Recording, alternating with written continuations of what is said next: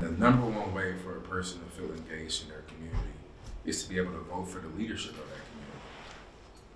And so study after study have shown when you engage people and get them actively involved in the community, particularly around politics, the recidivism rate drops.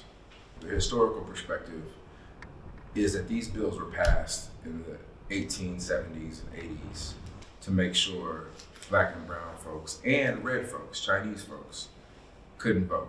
And here's the reality. The reality is 95% of the people in prison are getting out. So let's make sure they're engaged. Let's make sure they're a part of our community. Let's make sure they have the skill sets to be a productive person in our community.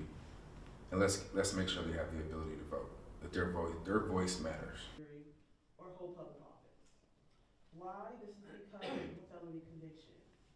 As it stands, someone with a felony conviction is not allowed to vote until. When you add voting into it, now you have, to me, you have set a self-confidence to an individual that is reentering, because now they feel like they're a part of their community instead of ostracized. When you're able to vote and become a part of your community and a part of the electoral process, I believe that opportunities open up.